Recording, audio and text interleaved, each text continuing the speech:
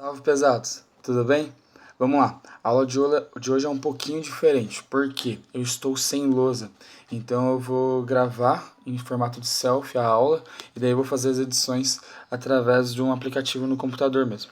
Beleza? Então vamos lá para a aula de hoje. Começamos. Segundo reinado no Brasil. Vamos entender então o processo que levou o Brasil a chegar ao segundo reinado, certinho? O Brasil passava pelo período regencial, um período muito turbulento, com várias revoltas, e isso forçou a política da época, os políticos da época, a darem o golpe da maioridade, ou seja, reduziram a maioridade de 21 até 15 anos para que Dom Pedro II assumisse como imperador do país. Fechado até aí? Coroado como imperador, ele pegou o Brasil num momento muito turbulento, onde liberais e conservadores dividiam a política da época. Certinho? Liberais são aqueles que remanesceram do Partido Progressista, ou seja, eles gostariam de mais autonomia às províncias. Da mesma forma que os conservadores eram aqueles que participavam do Partido Regressista também, lá atrás. E queriam o quê? A centralização do poder nas mãos de Dom Pedro II. Firmeza? Continuando, essa situação política ruim fez com que Dom Pedro II se aliasse a um dos partidos, obviamente aos conservadores, por eles quererem essa centralização do poder. Tudo bem?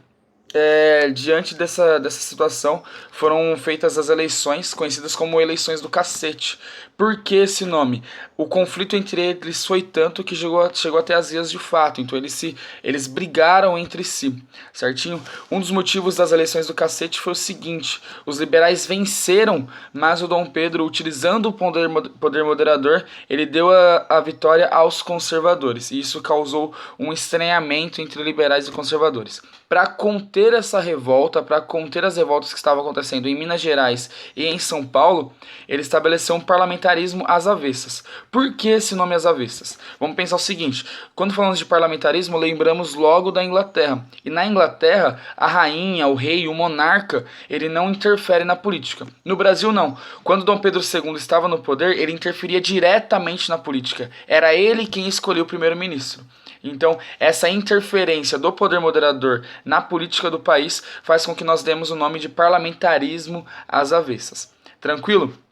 Vamos lá. Esse parlamentarismo às avessas, logicamente, não era bom aos liberais. Ele fez de uma forma para mascarar, para falar, vocês têm sim as oportunidades. Mas na verdade não. Os liberais não tinham essas oportunidades porque o Dom Pedro II era ele quem organizava, manipulava a política da época.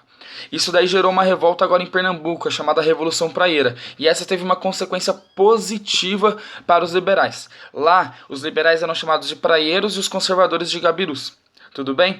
Esses praieiros em revolta contra os gabirus conseguiram fazer com que Dom Pedro II agora fizesse a composição dos gabinetes, ou seja, dos ministros, uma composição mista. Não somente conservadores, mas praieiros e gabirus, ou seja, liberais e conservadores entre os ministros, dando de certa forma um poder a esses liberais.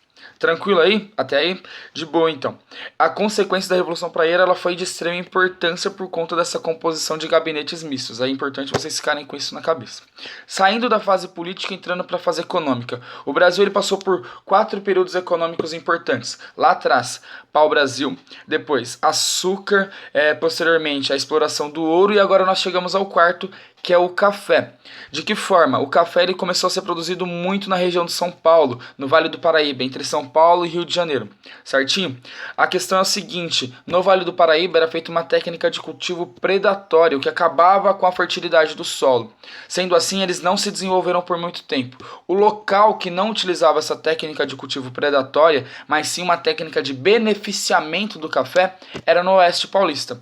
E esse beneficiamento do café fazia com que ele ficasse mais caro. Sendo o café mais caro, esses produtores ganhavam mais dinheiro, formando então uma elite cafeeira, uma elite responsável pela produção de café. Homens latifundiários extremamente ricos. Quando eu falo latifundiários é porque eles tinham grandes propriedades de terra que enriqueceram através do café. Essa elite cafeeira foi responsável pelo desenvolvimento e industrialização do nosso país. Tranquilo? Através do que eles desenvolveram e industrializaram o país, professor? Primeiro ponto, e é importante a gente salientar isso, que eles começaram a construir ferrovias. E o porquê essas ferrovias são importantes? Vamos lá, vocês vão ver no mapa aqui na edição.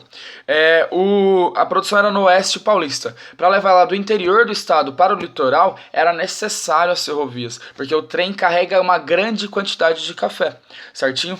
Então as ferrovias elas foram de importância fundamental para o desenvolvimento do país, porque elas não iam só do interior do estado de São Paulo para o litoral do estado de São Paulo, mas elas iam também para outras províncias. Tudo bem, gente? Então, essa elite cafeira que se formou através, obviamente, da produção do café foi importante para a produção ou para o desenvolvimento do país também, beleza? Dentro desse contexto, nós temos a cidade de Jundiaí, que é a nossa cidade, importantíssima e fundamental como rota da Jundiaí Santos, da Companhia Paulista, onde o café que vinha do interior passava por Jundiaí até chegar no Porto de Santos para ser comercializado na Europa. Tudo bem? Vamos lá, continuando.